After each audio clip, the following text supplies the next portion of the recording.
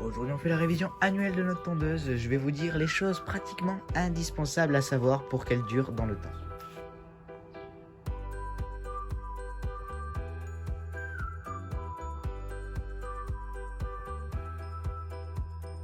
Tout d'abord, on va faire un nettoyage global de la tondeuse. On va enlever toute l'herbe qui s'est accumulée au fil du temps sur les lames, etc.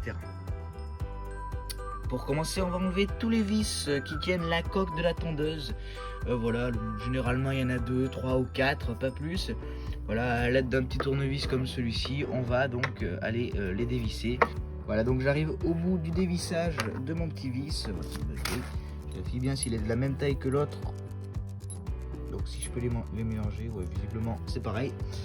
Donc je vais pouvoir enlever la coque du dessus, alors en faisant attention à ce petit taille avec le téléphone dans la main, c'est pas toujours facile.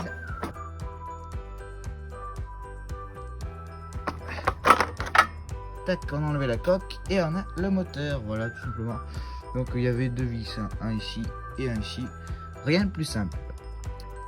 Donc maintenant avec une brossette, un chiffon, quelque chose comme ça, on va enlever tout le surplus qu'il y a dessus, donc voilà tout ça là, de sorte à faire avoir un moteur bien propre, etc.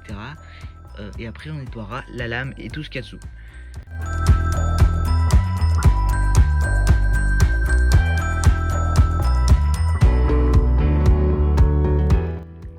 D'ailleurs, conseil pour éviter d'endommager votre moteur, à partir du moment où votre moteur est sous protection, il faut évidemment essayer de ne pas le mouiller parce que ça sert avant tout à protéger de la pluie et aussi de se brûler, mais surtout de l'eau et de tout ce qui pourrait être humide. Du coup, évitez de mettre un chiffon mouillé, un chiffon sec, ça suffit bien, enlever la poussière, mélanger un petit peu à la graisse, etc.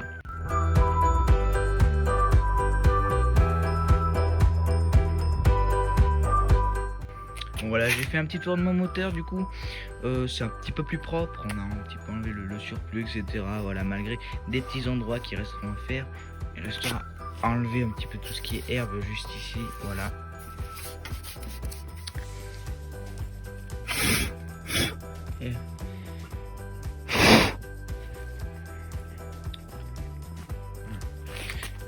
Et là aussi, hop, on enlève toute l'herbe. Voilà, on va essayer de faire quelque chose quand même d'un petit peu propre. Évidemment sur cette vidéo je fais de manière générale pour toutes les tondeuses, etc. Mais je comprends bien que tout le monde n'a pas le même modèle de tondeuse évidemment. Voilà, donc à peu près propre, on va pouvoir passer à la lame. Maintenant votre tondeuse retournée, il va falloir nettoyer le dessous.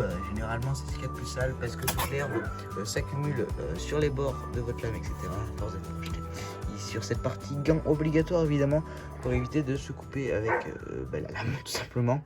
Voilà, de ripper et tac, de se prendre la lame sur la main, ce qui peut faire très mal évidemment.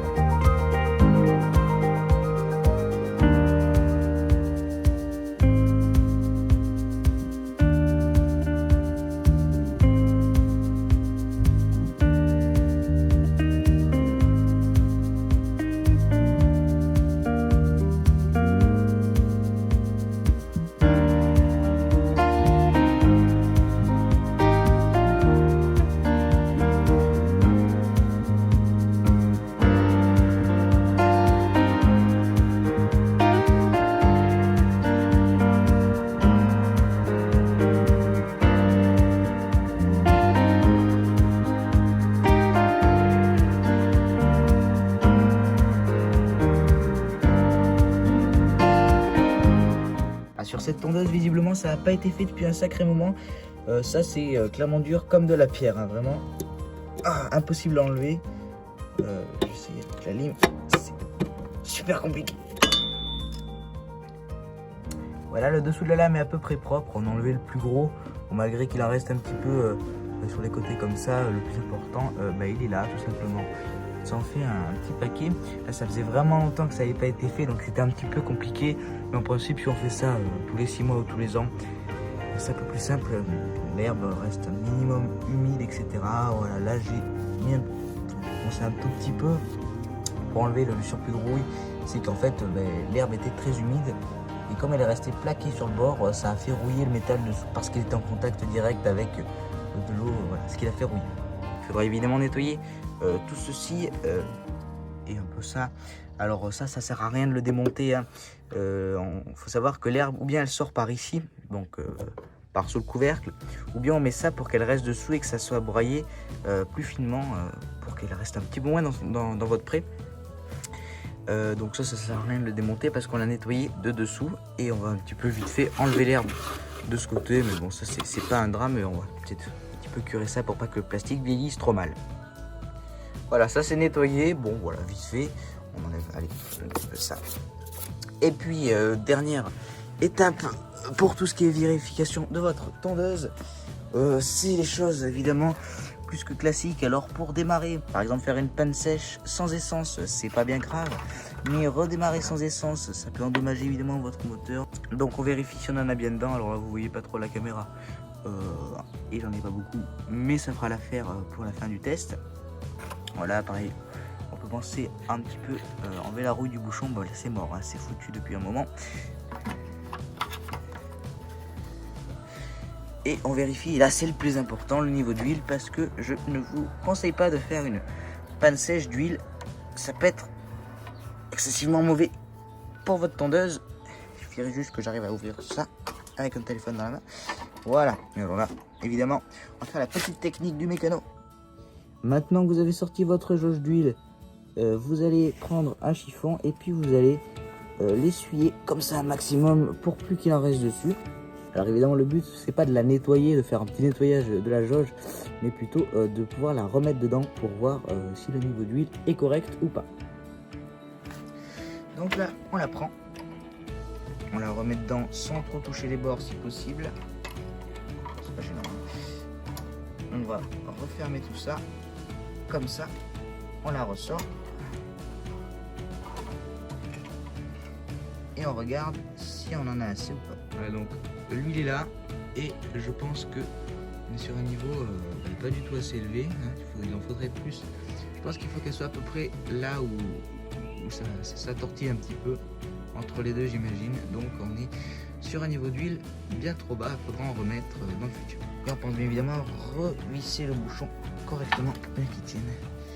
Ça peut arriver de perdre un bouchon et c'est pas super agréable quand il passe dans les lames après. Bon, évidemment, il faut finaliser. On va penser évidemment à remettre notre petit couvercle qui est juste ici avec une vis que j'ai gardé à l'intérieur pour pas les têtes. Hop, on le remet et puis ça sera terminé pour notre tondeuse. Voilà notre tondeuse totalement révisée, pratiquement nickel en fait. Bon, voilà, on a quand même fait dans le global. Si vous voulez quand même approfondir un petit peu par exemple le nettoyage des lames, vous pouvez brancher votre tuyau d'eau juste ici en ouvrant l'eau évidemment. Vous faites tourner les lames et ça vous nettoiera l'eau. Vous restez comme ça à peu près 30 secondes et ça va faire tomber aussi pas mal d'herbe qui est collée dessous. Alors évidemment il faut quand même gratter avant de le faire, hein. Ça va pas tout faire tomber et voilà à peu près tout ce qu'on a enlevé dessous la tondeuse. Vous voyez, c'est quand même plutôt conséquent, hein, et c'est important de le faire, sinon au bout d'un moment là, votre tondeuse elle est complètement bourrée. Voilà, n'hésitez pas à vous abonner et je vous dis à la prochaine.